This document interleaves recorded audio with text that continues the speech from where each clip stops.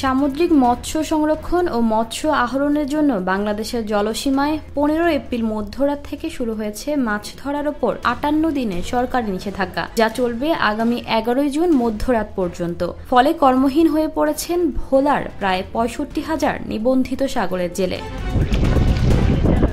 জাটকা সংরক্ষণ ও ইলিশের উৎপাদন বাড়াতে বঙ্গোপসাগরে 58 দিনের নিষেধাজ্ঞা আজ মধ্যরাত থেকে শুরু হতে চলেছে, যা চলবে আগামী 11 জুন পর্যন্ত। একই সময় নিষেধাজ্ঞা থাকবে ভারতের বঙ্গোপসাগরেও। জেলেদের দীর্ঘদিনের অভিযোগ, বাংলাদেশের জেলেরা যখন সমুদ্রে মাছ ধরা বন্ধ রাখতেন, তখন প্রতিবেশী দেশের জেলেরা এদেশের জলসীমায় ঢুকে মাছ ধরে নিয়ে যায়, যাতে নিষেধাজ্ঞা শেষে সুফল থেকে বঞ্চিত হতো বাংলাদেশের জেলেরা।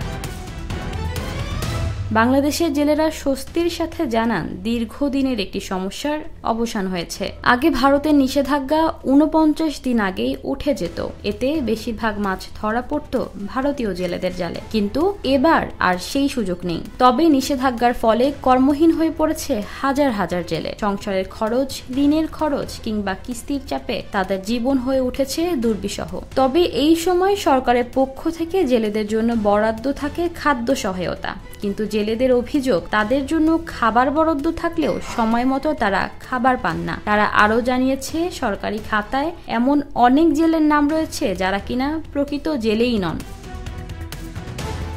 মৎস্য বিভাগ বলছে, নিষেধাজ্ঞা মানলে মাছের উৎপাদন ও মজুদ বাড়বে, আর যদি মজুদ বাড়ে তাহলে জেলেদের সমস্যার সমাধান হবে। বিশেষজ্ঞরা মনে করেন, সমুদ্র সম্পদ সংরক্ষণে নিষেধাজ্ঞা যেমন গুরুত্বপূর্ণ, ঠিক তেমনি জেলেদের কর্মহীন এই সময়ে তাদের খাদ্য সরবরাহ করাও গুরুত্বপূর্ণ।